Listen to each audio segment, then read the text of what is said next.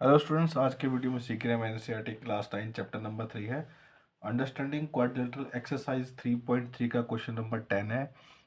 Question number 10 में कहा गया है explain how this figure is a trapezium. तो ये बताओ कि ये जो फिगर है ये कैसे एक ट्रेपेजियम है। Which of its two sides are parallel, कौन सी टू साइड्स हमारी क्या है इसमें पैरेलल है। तो देखो, इससे पहले कॉन्सेप्ट पे काम कर लेते हैं कि अगर मान लीजिए हमारे पास कोई ऐसी पैरेलल लाइंस है। देखो ठीक है, ये है हमारे पास, ये हमारी पैरेलल लाइंस है, ठीक है। और एक ये ट्रांसवर्सल जा रही है, तो ट्रांसवर्सल लाइन जहाँ पर ये दो पैरेलल लाइंस को काटती है ना, तो ये वाला एंगल प्लस में ये वाला एंगल, तो इन दोनों एंगल्स का सम क्या होता है, हमेशा 180 डिग्री होगा। और ये वाला एंगल और ये वाला एंगल हमेशा क्या होगा, 180 डिग्री होगा। अब मान लो हमें कोई ऐसी चीज़ दे दी जाए, मान लो ये हमें लाइन दे दी, ऐसे कोई ट्रांसवर्सल टाइप से दे दिया, और मुझे कोई बोल दे कि भैया ये आपका 120 और ये 60 है, तो इसका मतलब क्या है, मैं इन दोनों को प्लस करके देखूंगा, ये आएगा 180। 180 का मतलब क्या है कि ये वाली लाइन और ये वाली लाइन क्या हमारी पैरेलल है, ठीक है। तो बस इसी चीज़ को हम यहाँ पर यूज़ करेंगे। तो हम यहाँ पर बताएंगे सॉल्यूशन में,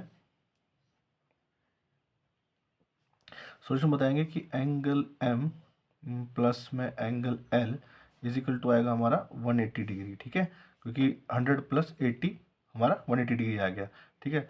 सो लिखेंगे देयर फोर एन एम जो है वो पैरेलल है किसके, के एल के। एन एम पैरेलल है किसके, के एल के, ठीक है। हैंस ये क्यों है, इसका रीजन लिख देते हैं, sum of adjacent angle of transversal line,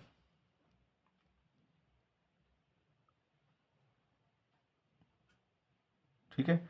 या फिर एक रीजन और लिख सकते हैं क्या, कि angle on the same side of transversal, तो ये और ये हो जाएंगे, तो angle on same side of transversal हमारा 180 होता है, तो इसका मतलब क्या, ये और ये पैरेलल है। Hence K L M N is a trapezium,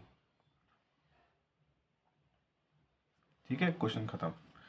question number 11 में देखो, क्वेश्चन नंबर 11 में कह रहा है कि फाइंड मेजर ऑफ सी। तो मेजर ऑफ सी पता करना है in figure if A B parallel D C, A B parallel D C. तो फिर से वही है कि A B parallel D C है, देन एंगल सी प्लस में एंगल बी इक्वल टू क्या होगा हमारा, 180 डिग्री होगा। एंगल जो मैंने वहाँ बताया था ना, अब यहाँ वो यूज़ कर लेते हैं, angle on same side of transversal, ठीक है। ठीक है, यही बात मैं यहाँ कहना चाह रहा था कि angle on same side of transversal भी हम लिख सकते हैं।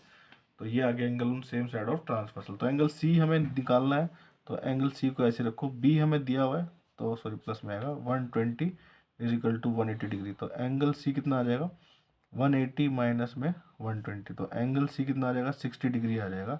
ये आ गया हमारा आंसर, ठीक है। क्वेश्चन नंबर 12 में देखो, क्वेश्चन नंबर 12 में क्या कह रहा है, हमें फिगर कुछ ऐसा दिया हुआ है, उसने कहा है कि find the measure of angle P. Angle P पता करना है एंड एंगल एस, और एंगल एस पता करना है if S P parallel R Q. S P parallel R Q मतलब ये लाइन इसके पैरेलल है इस वाली फिगर में। तो कह रहा है if you find angle R is there more than one method of find the angle P. तो उसके बारे में बाद में बात करेंगे, पहले इसको कर लेते हैं कि ये कैसे आएगा। हमें बताया हुआ है कि एस पी जो है वो पैरेलल है किसके, आर क्यू के।